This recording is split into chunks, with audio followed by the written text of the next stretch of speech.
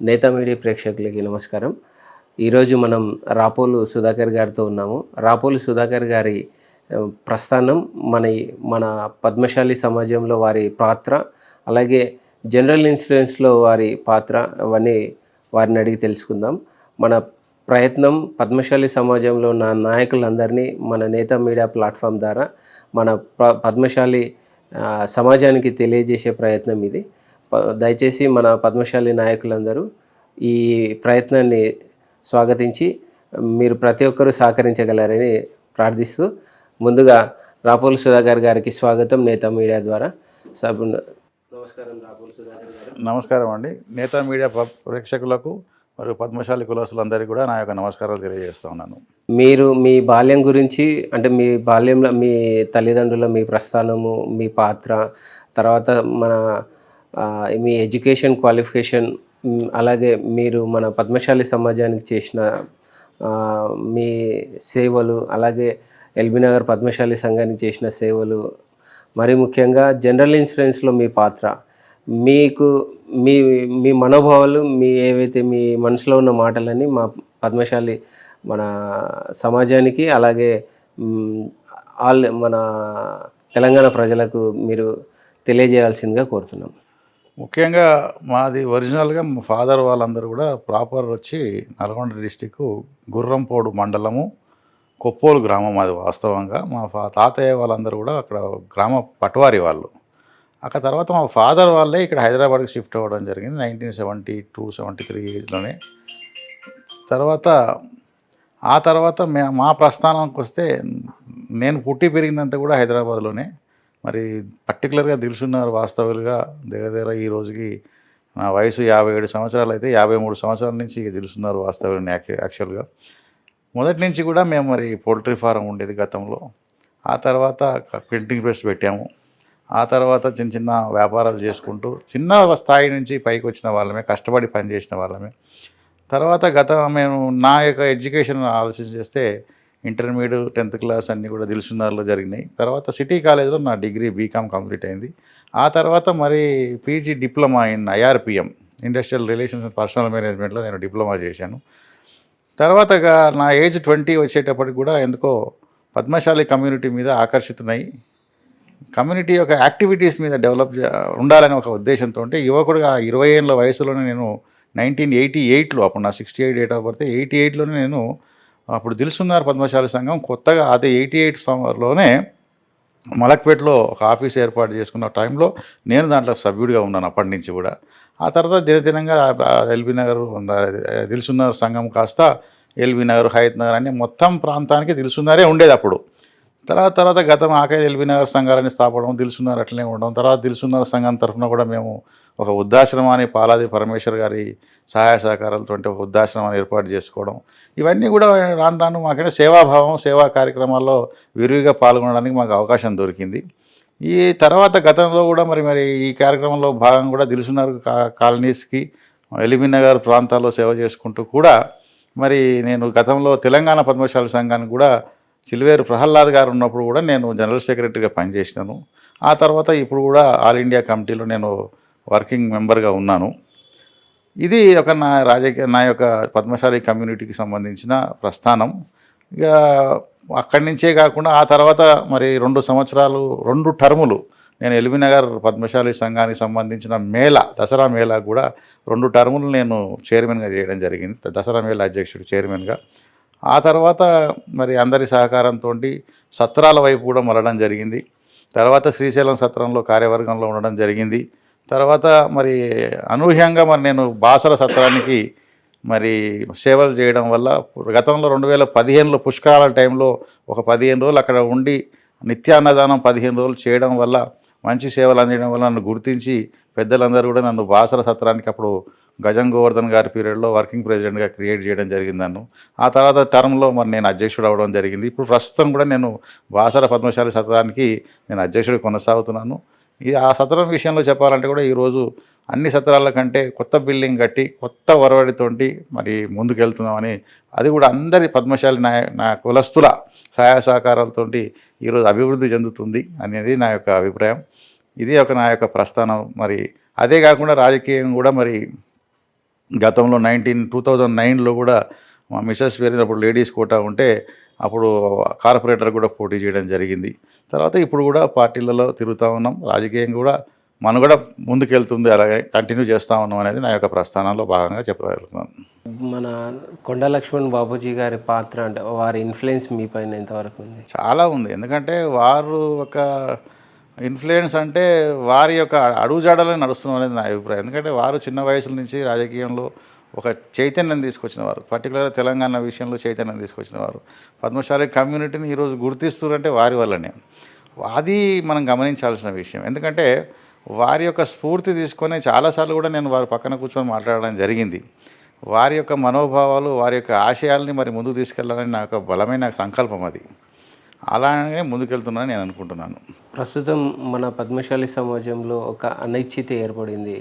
అంటే వివిధ సంఘాలు ఏర్పడి ఒకరిలో ఒకరికి కల్మషం ఎలాంటి భేదాభిప్రాయాలు ఏర్పడ్డాయి కదా. ఈ ఈ ఈ ఏదైతే ఇన్బ్యాలెన్స్ని బ్యాలెన్స్ చేయడానికి ఎలాంటి ప్రయత్నాలు చేస్తే మన సమాజం బాగుపడుతుంది, పెద్దలు ఏ విధమైన చర్యలు తీసుకుంటే బాగుంటుంది అంటారు? అంటే గతంలో కూడా మీరు అన్నట్టుగా గతంలో కూడా చాలాసార్లు ఐక్యం చేయడానికి సంఘాలు 1, 2, 3 అనుకుంటూ కూడా ఉన్నప్పుడు కూడా ఐక్యం చేయడానికి చాలా ప్రయత్నాలు జరిగినాయి. ప్రతి ఒక్కరు కూడా నిర్మోహమాటంగా రకరకాలుగా ఇన్ఫ్లుయెన్స్ చేసిన ప్రయత్నాలు జరిగినాయి. ఒక్కోసారి అయిపోయింది, జరిగిపోయింది, మంచిగా కలిసిపోయారు అనే ఫీలింగ్లో కూడా మరి నాకు అనిపించేది అంటే మొహమాటం లేకుండా చెప్పాలంటే కొంత ఈగో ఫీలింగ్స్ అనేది నాయకులలో ఉన్నది. అది వదిలిపెడితే ఖచ్చితంగా అందరూ కలుస్తారనేది నా అభిప్రాయం. ఈరోజు కూడా 2 సంఘాలున్నా 3 సంఘాలున్నా ఎలా ఉన్నా కానీ పద్మశాలి కమ్యూనిటీ అనేది గట్టి కమ్యూనిటీ, స్ట్రాంగ్ కమ్యూనిటీ. కాకపోతే మనం నిరూపించుకోవాల్సిన అవసరం ఏర్పడ్డది. కానీ దీన్ని బేస్ చేసుకొని మన పద్మశాలి కమ్యూనిటీలో అండర్గా ఎక్కడైతే విలేజ్ లెవెల్లో ఉన్న పద్మశాలి కుల బంధువులు వాళ్ళల్లో ఒక డిఫరెన్సెస్ ఏర్పడుతున్నాయి. అంటే వాళ్ళ దగ్గర నుంచి మెంబర్షిప్ తీసుకున్న తర్వాత ఆ డబ్బులని ఎలాంటి లెక్క చూపించకుండా ఇబ్బందులు, అంటే మన పైన ఒక గౌరవం ఉన్నది, ఆ గౌరవాన్ని తగ్గించుకునే ప్రయత్నాలు జరుగుతున్నాయి. లెక్కలు అనేది మనం తప్పుపట్టలేము ఎవరిని కూడా. ఎందుకంటే మెంబర్షిప్ అయినా ఎవరిని తప్పుపట్టలేము. ప్రతి 2 సంఘాలలో కూడా ఇప్పుడు నాకున్న అభిప్రాయం ప్రకారం కూడా ఎవరు కూడా లెక్కలు అనేవి పర్ఫెక్ట్గానే సరే. ఇప్పుడు ఒక ఆర్గనైజేషన్ చేస్తున్నప్పుడు ఏంటంటే లెక్కలు పబ్లిక్కి చూపించలేరు, కానీ ఆ యొక్క కార్యవర్గానికి, ఆ యొక్క కమిటీ మెంబర్లకు ఖచ్చితంగా అన్నీ తెలిసే ఉంటాయి. కాబట్టి దాంట్లో మనం పెద్దగా అనుమానం పడాల్సింది ఏమీ లేదు. కాకపోతే అంటే ఖర్చులు అనేవి ఎక్కువ తక్కువ జరుగుతాయి. ఇప్పుడు నేను ఒక 10 రూపాయలు పని చేస్తుంటే మీరు పెడితే 12 రూపాయలు అవ్వచ్చు, ఆడ డిఫరెన్స్ ఉంటుందేమో తప్ప ఇలా అంతగా సంఘానికి సంబంధించిన మెంబర్షిప్ కానీ సంఘానికి సంబంధించిన డిపాజిట్స్ కానీ తినేంత నాయకులు మన దగ్గర అట్లాంటి వాళ్ళు ఎవరు లేరనేది నా అభిప్రాయం. అంటే ఈ చిన్న చిన్న విషయాలలోనే విలేజ్ లెవెల్లో వెళ్ళిన పర్యటన చేస్తున్న నాయకులను కూడా కొంచెం వ్యతిరేకించి విమర్శించి అదే నేను చెప్పేది కూడా పాయింట్ ఏంటంటే ఈడ ఈగో ఫీలింగ్. నా సంఘానికి సంబంధించిన మెంబర్షిప్ చేసుకోవడం నా పని, ఇంకోరు ఇదే పని మీద జరుగుతూ ఉంది. అక్కడ ఏమైంది, అండర్ గ్రౌండ్కి వెళ్ళే వరకు 2 సంఘాలని మనమే క్రియేట్ చేస్తున్నామనే ఫీలింగ్ వస్తుంది. అది పోవాలి. ఫస్ట్ నాయకులు కొట్లాడుకుంటే పై నాయకులు ఇద్దరు కొట్లాడుకుంటే తప్పులేదు, కానీ కింది నాయకులను కూడా కొట్లాడే పరిస్థితి తీసుకొస్తున్నారు. అది తప్పు. ఎందుకంటే 2 సంఘాలు కలవాలనుకున్నప్పుడు ఇంకా విడగొడతా ఉన్నామా అనేది ఒక ఆలోచన. అది పోవాలంటే ఏం చేయాలి, పై నాయకులు కలవాలి. మరి దానికి సంబంధించిన ఒక 2, 3, 4, 10 మంది ఒక పెద్ద మనుషులు మన దాంట్లో తీసుకొని వాళ్ళని వీళ్ళని పిలిచి కూర్చోబెట్టి ఇది సరి అయిన సమయము, రాజకీయంగా మనం డెవలప్ కావాల్సిన అవసరం ఉంది, కమ్యూనిటీ పరంగా మన పెద్ద కులం అన్నది, మరి సౌమ్యమైన కులం అన్నది, మా బుద్ధిమంతులు ఉన్న పేరున్న కులం అన్నది, ప్రతిభావంతులు అనే కులం అనేది, ఇలాంటివన్నీ చెప్పుకుంటూ మరి 4 మాటలు చెప్పో, లేకుంటే బెదిరించో, భయపెట్టో, లేకుంటే బుజ్జగిచ్చో ఏదో రకంగా అందరినీ కలపాల్సిన అవసరం చాలా ఉంది అనేది నా అభిప్రాయం. ఎల్బీ నగర్ పద్మశాలి సంఘం ఏర్పాటు అయిన తర్వాత దసరా మేళా ఆ భాగంలో దసరా మేళా నిర్వహించే సందర్భంలో మీ పాత్ర చాలా అమూల్యమైంది. సో దసరా మేళా ఎలా ఏర్పడింది, దసరా మేళా తర్వాత ఆ విజయంలో మీ పాత్ర ఎంత? ముఖ్యంగా దసరా మేళా స్థాపించినప్పుడు మొదటి సంవత్సరంలో నేను కూడా అందరిలాగా పబ్లిక్ ప్రేక్షకుడిని. ఎందుకంటే నేను కూడా అప్పుడు మన వాళ్ళు చేస్తుంటే చూసిన వాడిని ఫస్ట్ సంవత్సరం వరకు. అయితే 2వ సంవత్సరం నేను ఎంటర్ అయినా వాళ్ళతో అందరితో పాటు కమ్యూనిటీ పీపుల్తో పాటు కలవడం జరిగింది.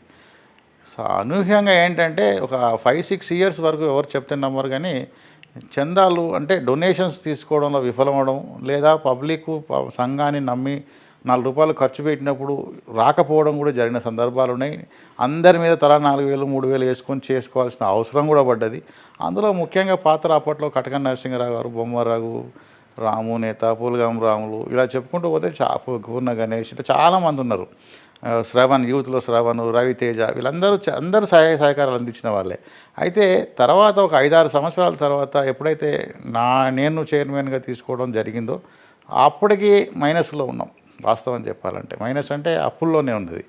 ఆ తర్వాత ఏంటంటే దీన్ని ఒక కమర్షియల్ స్టేజ్లో తీసుకెళ్ళాలి, సంఘం ముందుకెళ్ళాలి, లేదా దీనికి ఫండ్ క్రియేట్ చేయాలని ఒక ఆలోచనతో ముందుకెళ్ళి రకరకాల డొనేషన్స్ని, అంటే ఒక కమర్షియల్ మైండ్తో డొనేషన్స్ తీసుకొని ప్లస్కి తీసుకొచ్చిన ఘనత మాత్రం నా పీరియడ్లో జరిగింది, నేను గొప్పగా చెప్పగలుగుతా, నో డౌట్.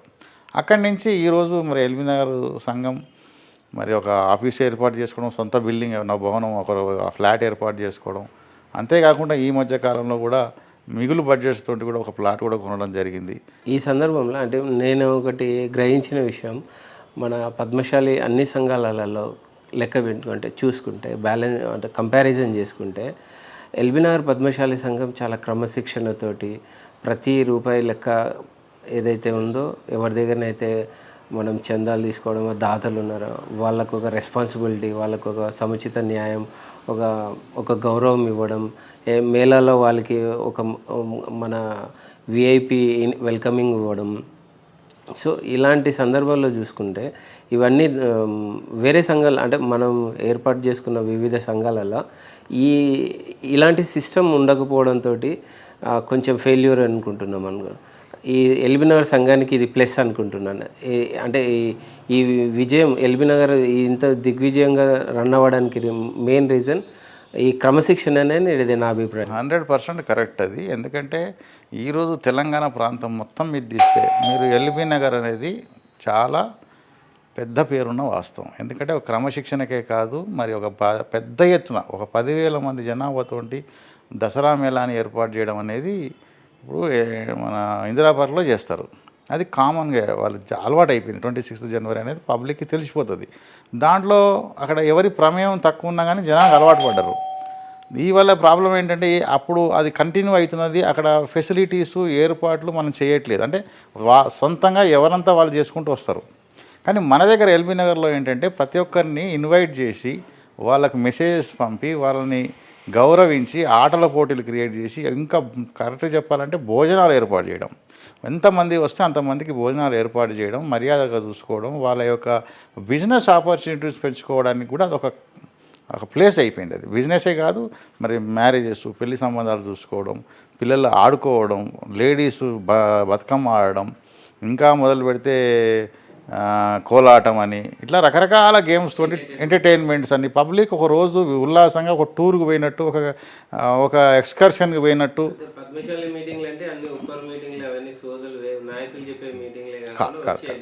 Exactly correct. అది దానివల్ల పబ్లిక్కి మా దగ్గర అట్రాక్షన్ అవుతున్నారని మా ఉద్దేశం. ఎందుకంటే వారు ఎంటర్టైన్ చేస్తున్నారు, వాళ్ళు హ్యాపీగా ఫీల్ అవుతారు. ఒకరోజు ఆనందంగా మా దగ్గరికి వస్తే మేము ఏదో హోటల్లో తినలేదు, లేదా మేమేదో రోడ్డు మీద బండి మీద బజ్జీలు తినలేదు, మేము హ్యాపీగా మాకు భోజనం పెట్టినారు, మరి హ్యాపీగా ఉన్నాము అనే ఒక సందర్భంతో చెప్పడం జరుగుతుందన్నమాట. అది దానివల్ల మనకు మైలేజ్ రావడానికి గల కారణం అది వల్ల సక్సెస్ అవ్వడానికి కూడా కారణం అని నాకు ఉద్దేశం.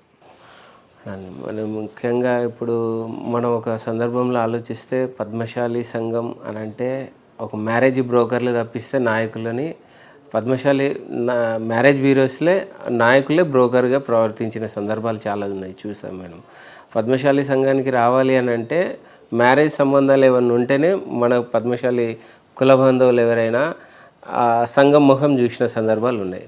సో అలాంటి సిచ్యువేషన్ నుంచి పద్మశాలి సంఘం అని అంటే ఎలాంటి వాతావరణం ఇప్పుడు ఏర్పడిందంటే ఒక క్రమశిక్షణ, ఒక పబ్లిసిటీ, ఒక రాజకీయ ఎదుగుదల కోసం ఇవన్నీ ఇదొక పాజిటివ్ వేవ్స్ అనుకోవాలా?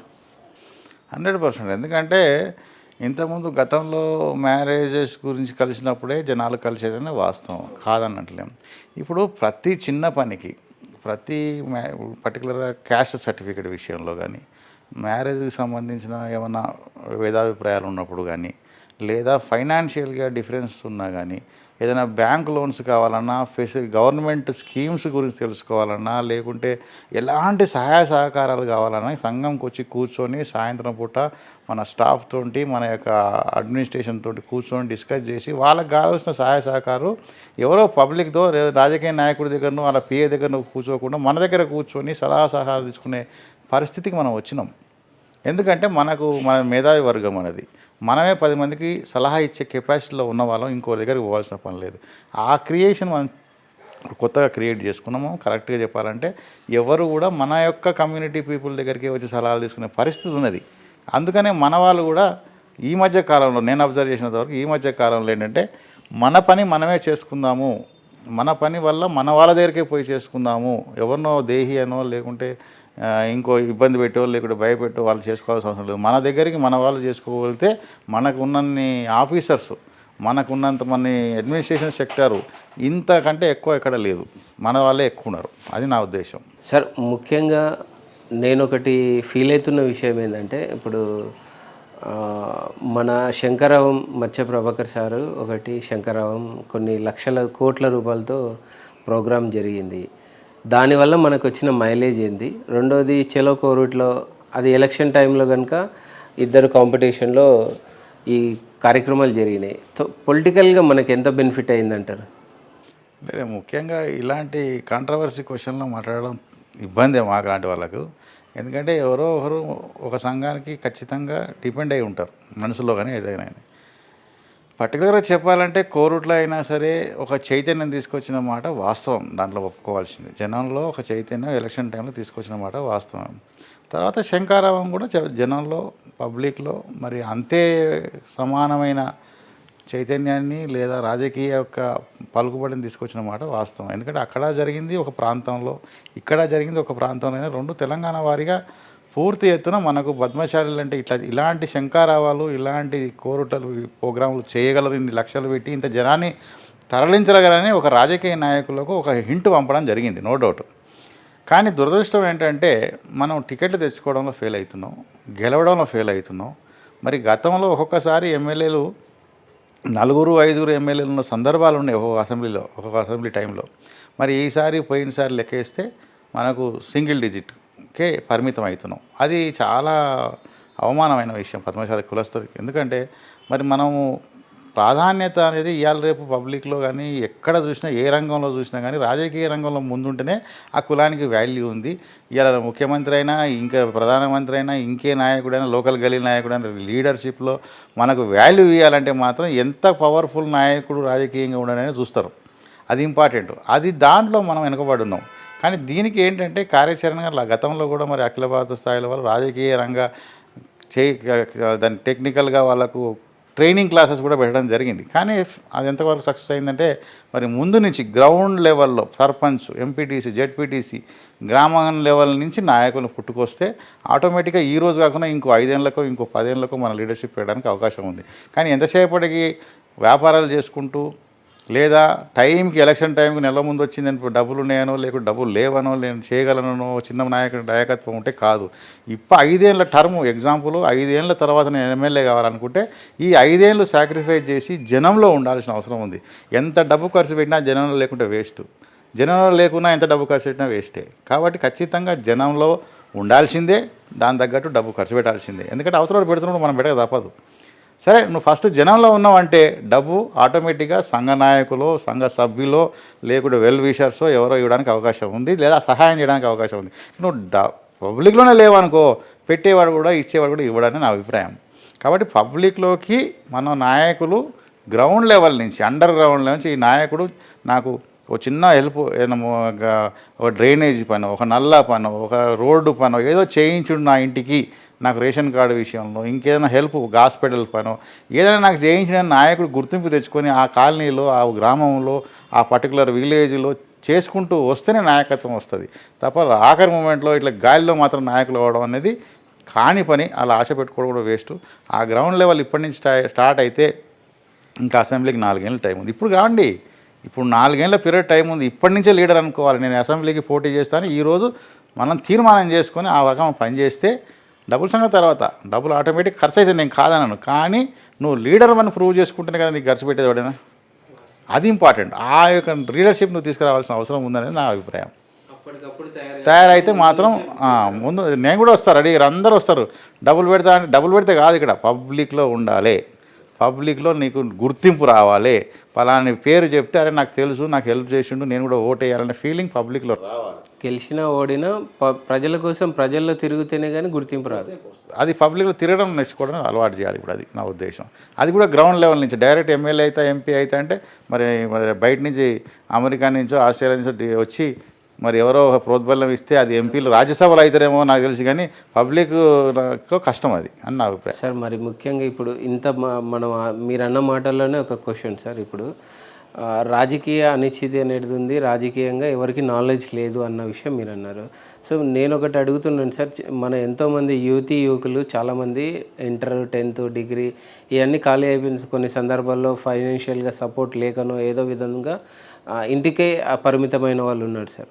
సో మీరు మీ నాయకులు మీరందరూ ఇలాంటి యువత ఇప్పుడు మీ జనరేషన్ వరకు మీరు ప్రజాసేవ ఏది కుల సంఘాలకు సేవ చేస్తున్నారు సార్. నెక్స్ట్ జనరేషన్ రావాలి అని అంటే ఎంతో కొంత బెనిఫిట్ అనేది వాళ్ళకు యూత్కి కూడా జరుగుతాయి కదా, వాళ్ళు కూడా కుల సంఘాల్లో ఫేవర్ అవ్వడానికి, కుల సంఘాలకు సేవలు చేయడానికి, మన సంఘాల్లో వాళ్ళు కూడా పాల్గొనడానికి అవకాశం ఉంటుంది.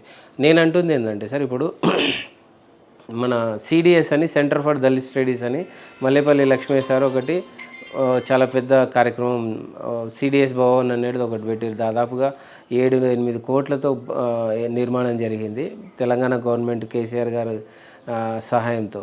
సో నేను అడుగుతున్నాను సార్, ఒక కార్పొరేషన్ ఎలాగైతే మనం కోరుకుంటున్నామో ఎట్ ద సేమ్ టైం అలాంటి సిచ్యువేషన్ని ఒక స్కిల్ డెవలప్మెంట్ కోసం మన యూత్ ఎవరైతే ఉన్నారో మన వృత్తి ఉంది, కుల వృత్తినే అక్కడ ఒక శిక్షణ కేంద్రం ఏర్పాటు చేస్తే ఎవరైతే ఇంట్రెస్టెడ్ ఉన్నారో వాళ్ళ స్కిల్ డెవలప్ చేసుకోవడానికి వస్తారు. తర్వాత ఎడ్యుకేషన్లో ఏదైనా ఐఏఎస్ ఐపీఎస్ అనుకుంటున్నారు, డాక్టర్ అనుకుంటున్నారు, వివిధ రంగాలలో డెవలప్ అవ్వాలనుకుంటున్న వాళ్ళకి అదొక భవన్ అనేది ఉంటే అక్కడ వేరే ఒక 6 నెలలో 3 నెలలో ట్రైనింగ్ క్యాంప్ ఒకటి ఏర్పాటు చేస్తే వాళ్ళకు మనం సహకరించిన వాళ్ళం అవుతాం కదా. వాళ్ళు ఇప్పుడు ఎంతోమంది మన పద్మశాలి కుల బాంధవులు ఆత్మహత్యలు చేసుకోవడానికి పూనుకుంటున్నారు.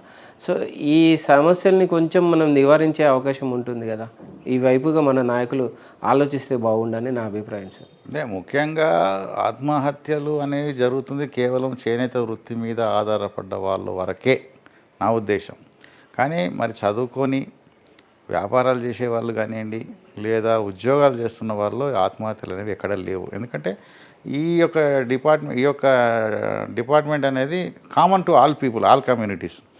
కాబట్టి మరి చేనేత వృత్తి గురించి డెవలప్ చేయాల్సిన అవసరం మొదటి నుంచి ఉంది. ఎప్పుడు మనం వెనకబడే ఉన్నాము. అందులో జిఎస్టీ విషయం మీకు అందరికీ తెలిసిన విషయం, అదొక ప్రాబ్లం నడుస్తూనే ఉంది.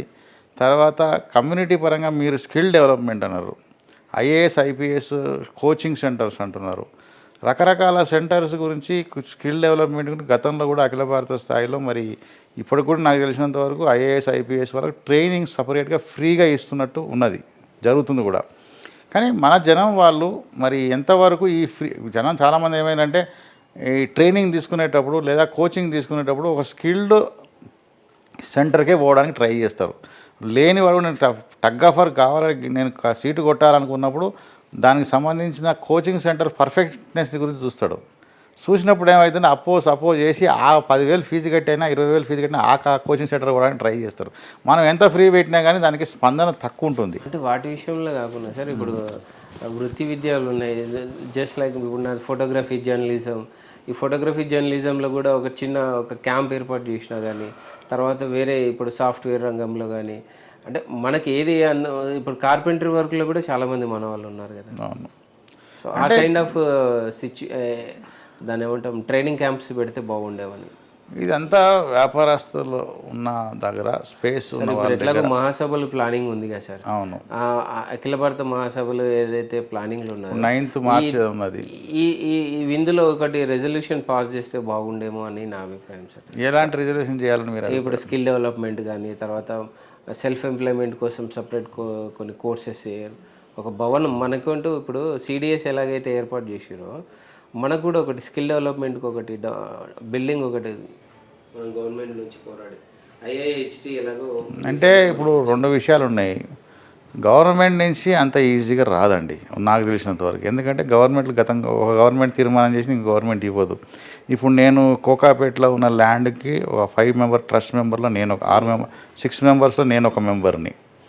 ఆ విషయంలో చూసినాను 2 సంఘాల వల్ల ఇబ్బంది ఉంటే ఏం చేసింది, ఆ రోజు టీఐసీఆర్ గవర్నమెంట్ 6 మెంబర్స్ తోటి కమిటీ వేసి కోకాపేట ల్యాండ్ ట్రస్ట్కి అప్పచెప్పడం జరిగింది. అంటే ఇప్పుడు ఏమంటారంటే గవర్నమెంట్ మీకు ట్రస్ట్కి 2 ఎకరాలు జాగా ఇచ్చినాం కదా ఆడ పెట్టుకోండి ఏమైనా కావాలంటే అంటారు. లేదా మేము మీకు నారాయణగూడలో రాజమౌళిలో మీకు బిల్డింగ్ ఉంది మీ కమ్యూనిటీది అందులో ఏర్పాటు చేసుకోమంటారు. మీరు అనేది వాస్తవమే, కానీ చేయాల్సిన యొక్క వ్యక్తులను ఏర్పాటు చేసుకొని స్పేస్ ఎక్కడైనా దొరుకుతుంది. అది కాకుండా ఇది కాకుండా ప్రైవేట్ స్పేస్ అనేది చూసుకోవచ్చు, నో ప్రాబ్లం, రెంటెడ్ బిల్డింగ్ అయినా చూసుకోవచ్చు.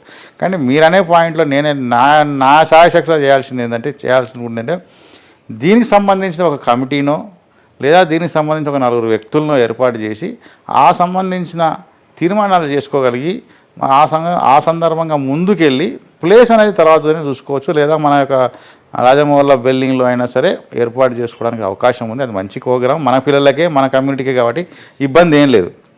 కానీ దానికి సంబంధించిన ఒక కమిటీని ఏర్పాటు చేసుకొని అన్ని రకాల స్కిల్స్ మీరు అన్నట్టు ఫోటోగ్రఫీ కాదు ఇంకా ఎలాంటి వృత్తికి సంబంధించి వచ్చినా ఆ కమిటీ చూసి వాళ్ళకు ఏర్పాటు చేసే ప్రకారం చేయడానికి నేను నా శాయశక్తిలో ప్రయత్నం చేస్తాను. సార్, ఇప్పుడు ఎన్నో సందర్భాల్లో మిమ్మల్ని చూసుకుంటే జనరల్ ఇన్సూరెన్స్లో చాలా ముఖ్య పాత్ర ఉంది మీది. సో ఇప్పుడు జనరల్ ఇన్సూరెన్స్కి అయిన తర్వాత ఒక యూనియన్ ఏర్పాటు చేశారు. ఆ యూనియన్ గురించి అలాగే మీ పాత్ర జనరల్ ఇన్సూరెన్స్లో జిఎఫ్ఈలో ఉన్న మీ పాత్ర గురించి ఒకసారి చెప్పారు. 2003లో నేను ఈ జిఆఫీ అంటే general insurance agents federation integrated అని చెప్పి అప్పుడు ఇండియా అని ఇవ్వలే పర్మిషన్ మనకు, అప్పుడు ఇవ్వకుంటే ఇంటిగ్రేటెడ్ అని పెట్టాము. జిఆఫీ అని చెప్పి ఒక సంస్థను ఏర్పాటు చేయడం జరిగింది. ఇదొక సోషల్ ఆర్గనైజేషను, ఇదొక యూనియన్ లాంటిది మాకు. అయితే దీంట్లో ఎవరెవరు మెంబర్స్ ఉంటారంటే నేను కూడా వృత్తిరీత్యా నేను జనరల్ ఇన్సూరెన్స్ ఏజెంట్ని, లైఫ్ ఇన్సూరెన్స్ ఏజెంట్ని రెండింటికి. అయితే జనరల్ ఇన్సూరెన్స్ ఏజెంట్స్కి అప్పట్లో మరి గత 10 ఏళ్ల కింద ఒక అసోసియేషన్ అంటూ లేదు. ఎలాంటి సమస్య వచ్చినా చెప్పుకోవడానికి ఒక నాయకుడు లేడు. అప్పుడు ఏం చేశారంటే ఒక మెడిక్లెయిమ్ పాలసీ చేస్తే కమిషన్ని 0 చేయడం జరిగింది. లేదా మోటార్ వెహికల్కి పాలసీ చేస్తే కమిషన్ 0 చేయడం జరిగింది. ఇలాంటి సమస్యలు మనం సేవ చేసే ఇప్పుడు గవర్నమెంట్ పీపుల్ కాదు, మేము ప్రైవేట్ ఏజెంట్లా అంటే మనకు వాళ్ళకి గవర్నమెంట్ శాలరీ రాదు, పెన్షన్ రాదు, ఏది రాదు. ఒక కస్టమర్ దగ్గరికి పోయి సైకిల్ వేసుకునో బండి వేసుకునో కార్ వేసుకునో పోయి ఆయన దగ్గర ప్రీమియం తెస్తే మాకు వచ్చి 5 రూపాయలు 10 రూపాయల కమిషన్ కూడా డిలీట్ చేయడం వల్ల ఎవరు చెప్పుకోవాలి ఈ సమస్య అనే పెద్ద సమస్య వస్తే అప్పుడు రాత్రి మేము ఒక అసోసియేషన్ ఏర్పాటు చేయడం అంటే ఒక ప్లాన్డ్గా పేపర్ నోటీస్ ఇచ్చి ఒక హోటల్లో కూర్చొని పెద్ద ఎత్తున మేము అసోసియేషన్ స్టార్ట్ చేయడం జరిగింది. అప్పుడు మేము స్టార్టింగ్లో మేము అనుకున్నాం అంటే తెలంగాణ వరకు హైదరాబాద్లో అనుకున్నాము. తర్వాత రాను ఏమైందంటే ఒక 1 ఇయర్లో ఈ రూపకల్పన కాస్త ఆల్ ఇండియా లెవెల్లో స్ప్రెడ్ అయిపోయింది మాది. ఆల్ ఇండియా లెవెల్లో స్ప్రెడ్ అయిపోతే ఏమైందంటే ఇప్పుడు మరి సంస్థ ఎంత డెవలప్ అయిందంటే మీరు ఆశ్చర్యం, నాకు కూడా ఒకసారి నేనే పెట్టిన ఈ సంస్థ ఇంత డెవలప్ అయిందని ఆశ్చర్యం వేస్తుంది. ఎందుకంటే ఈ 9-10 ఏళ్ళ పీరియడ్లో మాకు త్రూ అవుట్ కంట్రీలో దగ్గర 20 రాష్ట్రాల్లో రీజనల్ కమిటీస్ ఏర్పాటు చేయడం జరిగింది. 20 రాష్ట్రాల్లో ఉంది. ఇవాళ మరి న్యూ ఇండియా కానీ గవర్నమెంట్ కంపెనీస్ 4 కంపెనీలు కూడా ఒక క్యాలెండర్ తీసి పబ్లిక్కి ఇచ్చే పరిస్థితి లేదు కాస్ట్ గురించి తగ్గించుకొని. కానీ మా సంస్థ ఒక్కొక్కటి 50 రూపాయల క్యాలెండర్ని త్రూ అవుట్ కంట్రీ పంచుతున్నాం. అంటే ఆ క్యాలెండర్ మాకు ఎందుకు వచ్చింది, ఆలోచన కూడా ఎందుకు వచ్చిందంటే ఒక కరోనా టైంలో కాస్ట్ తగ్గించుకోవడానికి ఒక కంపెనీ గవర్నమెంట్ కంపెనీ కూడా క్యాలెండర్ని తీయలే. ఇది ఎక్కడ పద్ధతి అండి?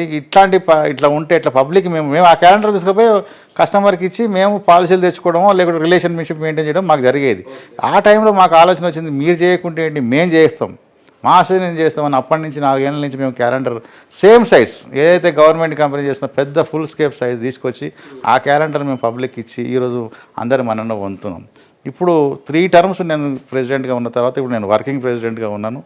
బాంబే నుంచి ప్రశాంత్ మాత్రే అని అతను ప్రెసిడెంట్గా చేసాం ఈసారి. ఎందుకంటే మాకు బైలా ప్రకారం 3 టైమ్సే ఉండాలి. ఆ తర్వాత ఇప్పుడు వర్కింగ్ ప్రెసిడెంట్ మల్లికార్జున్ గారు అని ఇట్లా పర్ఫెక్ట్ టీం నడుస్తూ ఉంది.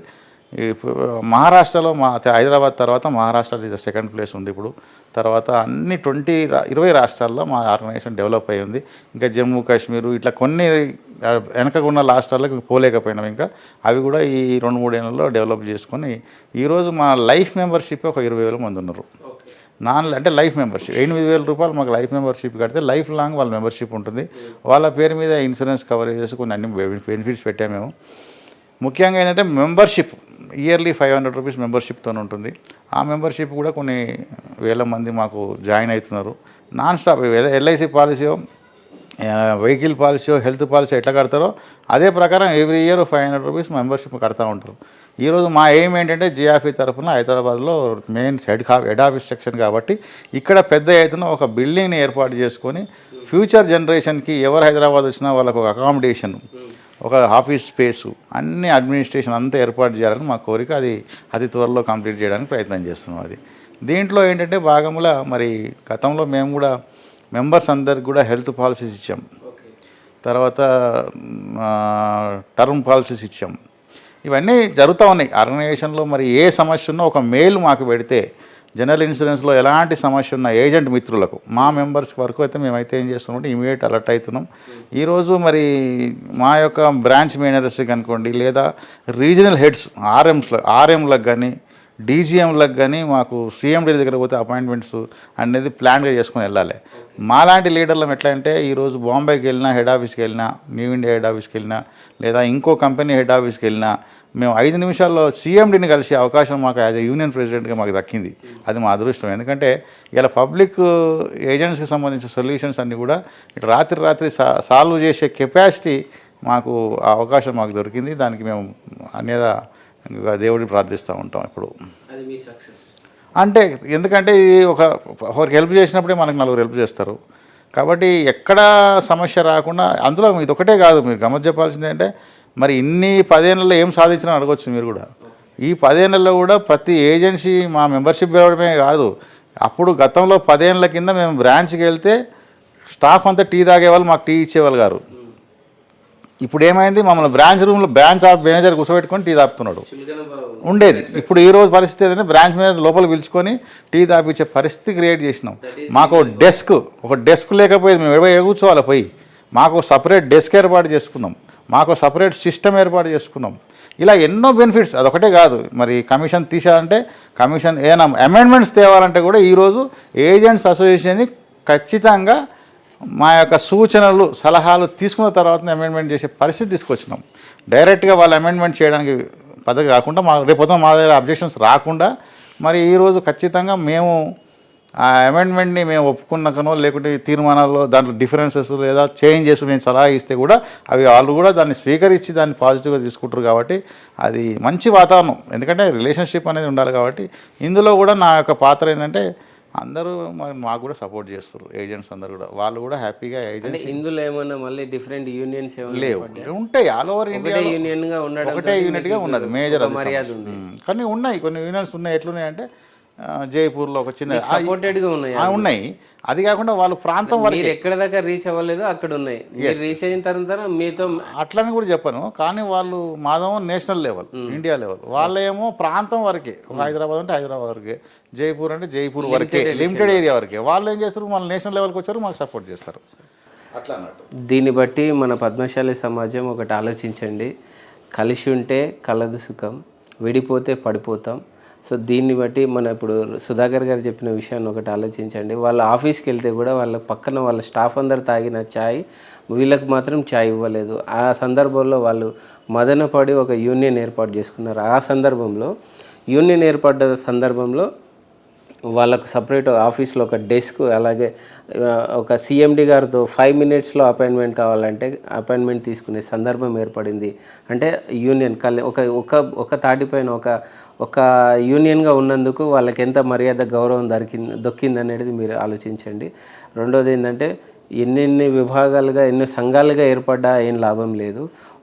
ఒక యూనియన్ ఆల్ ఇండియా ఎలా అయితే వీళ్ళు ఏర్పడ్డారో ఆ విధంగా మనం అందరం ఒక యూనియన్గా ఉంటే మనం రాజకీయంగా కానీ వ్యాపారపరంగా కానీ వేరే విభాగాల్లో కానీ వేరే వృత్తుల్లో కానీ మనం డెవలప్ అవ్వడానికి ఉంటుంది. ఒక విలువ అనేది ఉంటుంది. వాళ్ళ ఎలాగైతే విలువని సంపాదించుకున్నారో మనకున్న విలువను తగ్గించుకునే ప్రయత్నం చేయకండి. విడివిడిగా ఏర్పడి విడిపోయి విలువను తీసుకునే ప్రయత్నం చేయకండి. దయచేసి మిత్రులు, మన కుల పెద్దలందరూ ఒకటి ఆలోచించండి. సుధాకర్ గారు అన్నట్టుగా రాత్రి కొందరందరూ ఒక మీటింగ్ ఏర్పాటు చేసుకొని జిఎఫ్ఈ జనరల్ ఇన్సూరెన్స్ ఏదైతే ఒక యూనియన్ ఎలాగా ఏర్పాటు చేసుకోనుకున్నారో అదే ప్లాన్తో పాటు మనం కూడా ఒక స్కిల్ డెవలప్మెంట్ కార్యక్రమం. ఇప్పుడు పొలిటికల్గా ఎంతోమందికి నాలెడ్జ్ లేదండి. పొలిటికల్గా రావాలనుకున్న వాళ్ళకు ట్రైనింగ్ కావాలి. సో ఆ ట్రైనింగ్ ఎవరు ఇస్తారు? లేదా వేరే ఇప్పుడు సాఫ్ట్వేర్ వైపు వెళ్ళాలనుకుంటున్న స్టూడెంట్స్కి ఎవరు కోచింగ్ ఇస్తారు? అంటే వాళ్ళ డబ్బులు ఉన్నారనుకోండి, వాళ్ళ విధంగా వెళ్ళిపోతారు. డబ్బులు లేని వాళ్ళని మనం ఇప్పుడు ఆత్మహత్యలు జరుగుతున్నాయని చందాలు వసూలు చేసి వాళ్ళకి చావడానికి డబ్బులు ఇవ్వడం కాదు కదా. బ్రతికున్నప్పుడు మనం ఏదో ఒక ప్రయత్నం చేయడం అనేది నా ఇంటెన్షన్. మాట్లాడుతున్నాను, దాన్ని తప్పుగా అన్యదా భావించకండి. మగ్గాలు ఒకటే మగ్గం వృత్తి కాదండి. మనం వేరే విభాగాలు వ్యాపారాల్లో కూడా మనం డెవలప్ అవుతున్నాం కనుక మన సంఘం మన కుల బాంధవులకు కూడా చేదోడు వాదోడుగా ఉండాలని నేను కోరుతున్నాను. దయచేసి మేధావులందరూ ఒక్కసారి ఒక ఆలోచన చేయండి. ప్లాట్ఫామ్ ఒక యూనియన్ ఏర్పాటు చేయడానికి ముందుకు రావాలని కోరుతున్నాను. Thank you sir. ముఖ్యంగా ఇప్పుడు మీరు మన పద్మశాలి సమాజానికి చేసిన సేవ ఆ భాగంలో ఇప్పుడు మన సత్రాల విషయానికి వస్తే చాలామందికి మన పద్మశాలి సమాజంలో ఒక ఇన్ఫర్మేషన్ గ్యాప్ ఉంది. ఏది మన సత్రాలు ఎక్కడెక్కడ ఉన్నాయి, సత్రాలను ఎలా బుక్ చేసుకోవాలి, అక్కడ ఉన్న వాళ్ళ కాంటాక్ట్ నెంబర్స్ ఏంటి, అక్కడ డొనేషన్, మళ్ళీ ఇప్పుడు అక్కడ డిస్కౌంట్ ఇస్తున్నారు, డిస్కౌంట్ ఇచ్చిన తర్వాత మళ్ళీ డొనేషను, ఒక కమ్యూనికేషన్ గ్యాప్ అయితే ఉంది. మీరు బాసర సేవలో మన సత్రం అనేది ఏర్పడింది, అక్కడ ఉన్న సేవల గురించి వివరించి, అలాగే ఈ ఇన్ఫర్మేషన్ ఏదైతే గ్యాప్ ఉందో మా నేత మీడియా నుంచి అన్ని మన సత్రాలు కానీ వేరే ఇంకే సంఘాలవి అన్ని ఇన్ఫర్మేషన్ సేకరించి వీడియో షూట్ చేసి పెట్టాలనుకుంటున్నాం.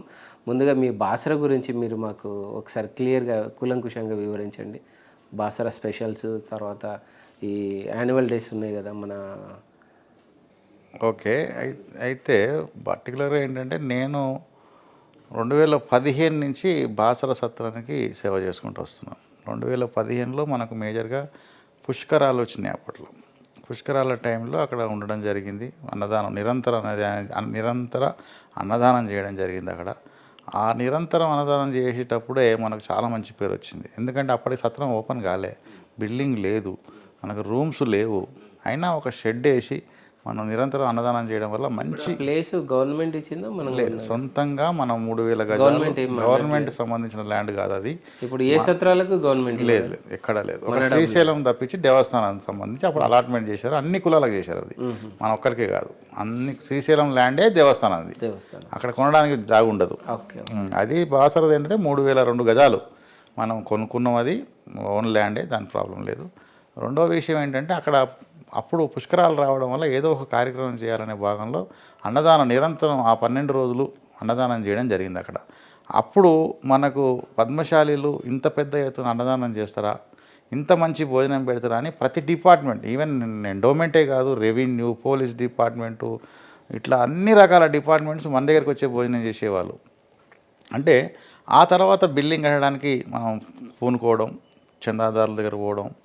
మరి ఈరోజు గత 3 సంవత్సరాల కింద అంటే 2022 ఫిబ్రవరిలో మనం సత్రాన్ని ఓపెన్ చేసుకోవడం జరిగింది, ఒక 36 రూమ్లతోటి. ఆ తర్వాత 36 రూమ్లతో ఓపెన్ చేసుకోవడం జరిగిన తర్వాత అప్పుడు జరిగిన ధర్మకర్తల జనరల్ బాడీ మీటింగ్లో మరి నేను అధ్యక్షుని ఎన్నుకోవడం జరిగింది అప్పుడు 2022లో.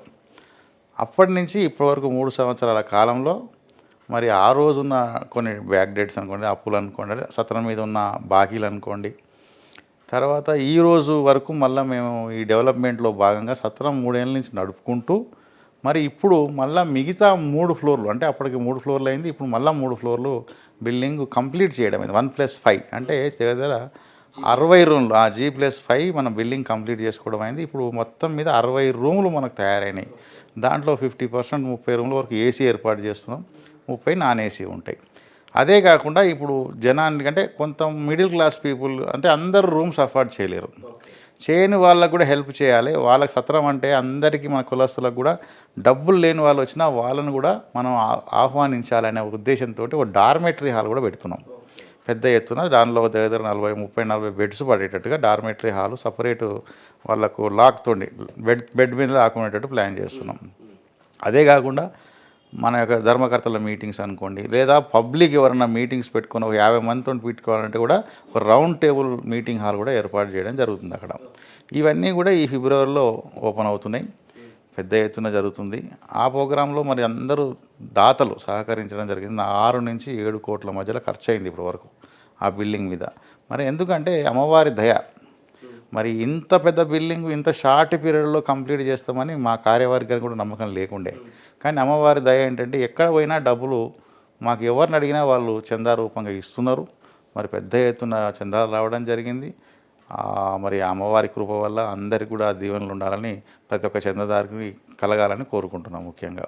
ఓకే, ఇప్పుడు ఈ బ్రహ్మోత్సవాలు ఇవి ఉన్నాయి కదా, వాటికి ఎవరెవరిని ఇన్వైట్ చేస్తున్నారు, వాటి కార్యాచరణ ఏంటి? అంటే ఇప్పుడు ఉన్న కార్యక్రమం ఏంటంటే ప్రతిసారి మనకు వసంత పంచమి అమ్మవారి పుట్టినరోజు ఎప్పుడైతే మన మార్కండేయ జయంతి తర్వాత 2వ రోజు వస్తుంది.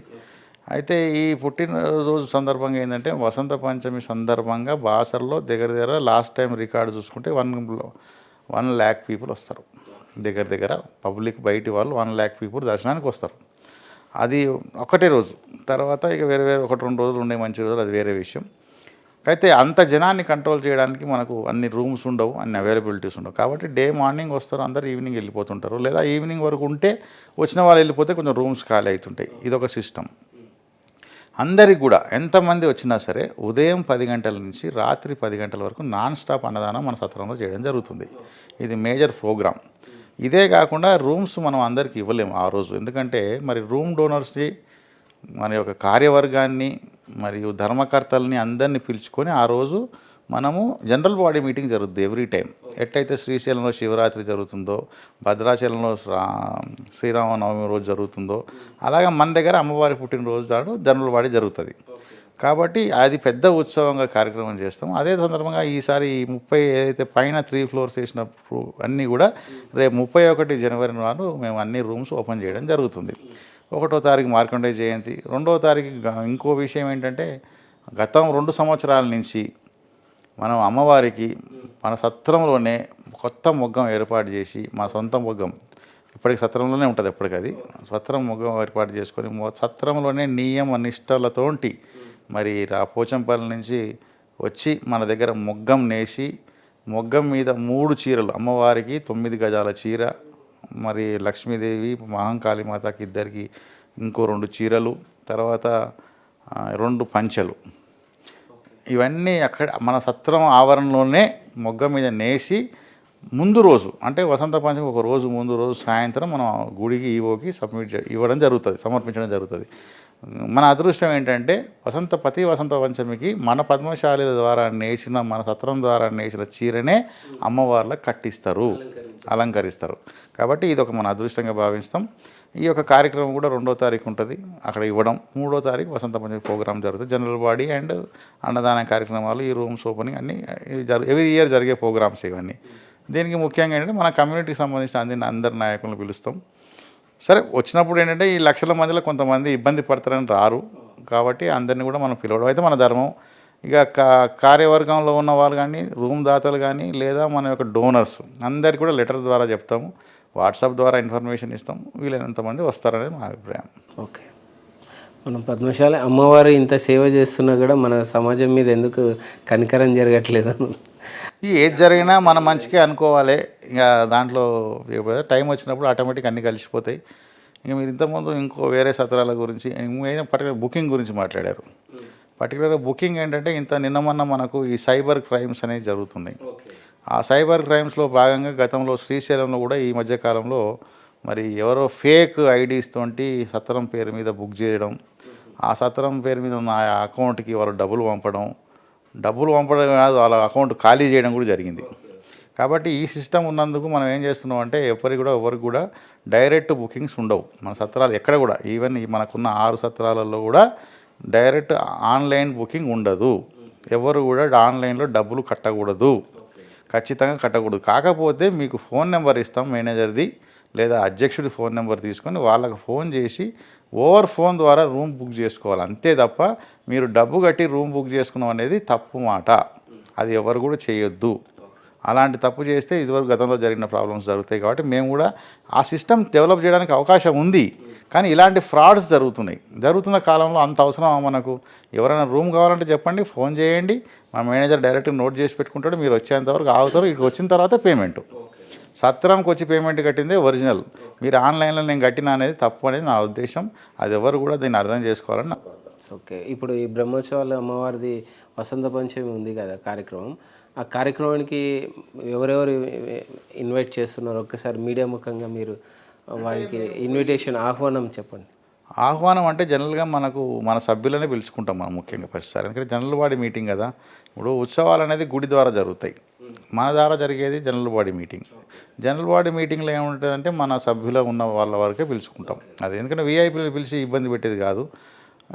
ఓపెనింగ్స్ అనేవి ముందే జరిగిపోతున్నాయి కాబట్టి కొంచెం అట్లా ఆలోచన బయటి వారిని అంటే నాన్ మెంబర్స్ని పిలవకూడదు అనేది మా అభిప్రాయం. ఆ ఆలోచనలు అయితే ఇంక ఎవరు పెట్టుకోలేదు. మరి అలాంటి అకేషన్ ఏదైనా వస్తే ఫ్యూచర్లో చూద్దాం. ఇప్పుడైతే మెంబర్స్ వరకే. బాసర అమ్మవారిని ప్రత్యేకంగా ప్రార్థించండి, కోరండి. ఇక నుంచి ఈ నూతన సంవత్సరం నుంచి మన పద్మశాలి చేనేత వృత్తిలో ఎలాంటి ఆత్మహత్యలు జరగకూడదు. అలాంటి సందర్భాలు ఏమైనా ఉంటే మన కుల పెద్దలు ఉన్నారు, వాళ్ళని సంప్రదించి ఏదైనా పరిష్కరించే సమస్య ఉంటే పరిష్కరించే దిశగా మనం అడుగులు వేద్దామని కోరుకుంటున్నాం. మన సంఖ్యాబలం తగ్గితే మనమే మైనార్టీలు అవుతాం, అది ఆలోచించండి. మన ఇంత సంఖ్యాబలం ఉన్న యొక్క ఎమ్మెల్యేని కూడా ఎన్నుకోలేకపోతున్నాం. మరీ సంఖ్యాబలం తగ్గిపోతే ఇంకా ఏంటికి మన కోసం మీరు ఆలోచించండి. దయచేసి ఈ విన్నపాన్ని విజ్ఞప్తిని స్వీకరించండి.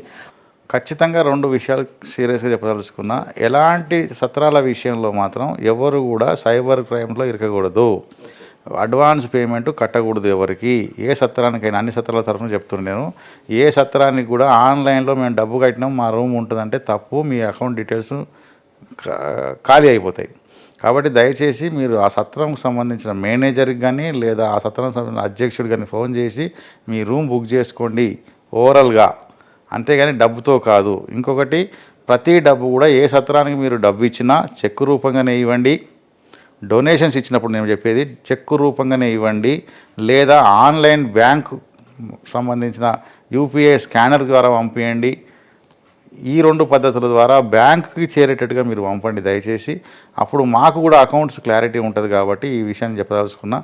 అదే కాకుండా అందరికీ కూడా ఈ యొక్క సంక్రాంతి సందర్భంగా మరి అమ్మవారు ఇంతకుముందు మీరు చెప్పినట్టు కూడా అన్నీ మంచి జరిగేటట్టుగా ఆ అమ్మవారు కటాక్షించాలని, పద్మశాలి కమ్యూనిటీ అంతా ఏకం కావాలని, మరి అందరూ కూడా ముఖ్యంగా మరొక విషయం ఏంటంటే ఏ సమస్య వచ్చినా మన కమ్యూనిటీ పీపుల్ దగ్గర పెద్దల దగ్గర కూర్చొని పరిష్కారం చేసుకొని చిన్నదైనా పెద్దదైనా అన్ని సమస్యలు తీర్చుకొని మన వాళ్ళ దగ్గరికి వెళ్ళాల్సిందిగా కోరుకుంటూ అందరికీ నేతా మీడియా వ్యూవర్స్ అందరికీ మరియు పద్మశాలి కులస్తులందరికీ కూడా తెలంగాణ ప్రాంత వాసులందరికీ కూడా నా యొక్క సంక్రాంతి శుభాకాంక్షలు తెలుస్తూ ముగిస్తున్నాను.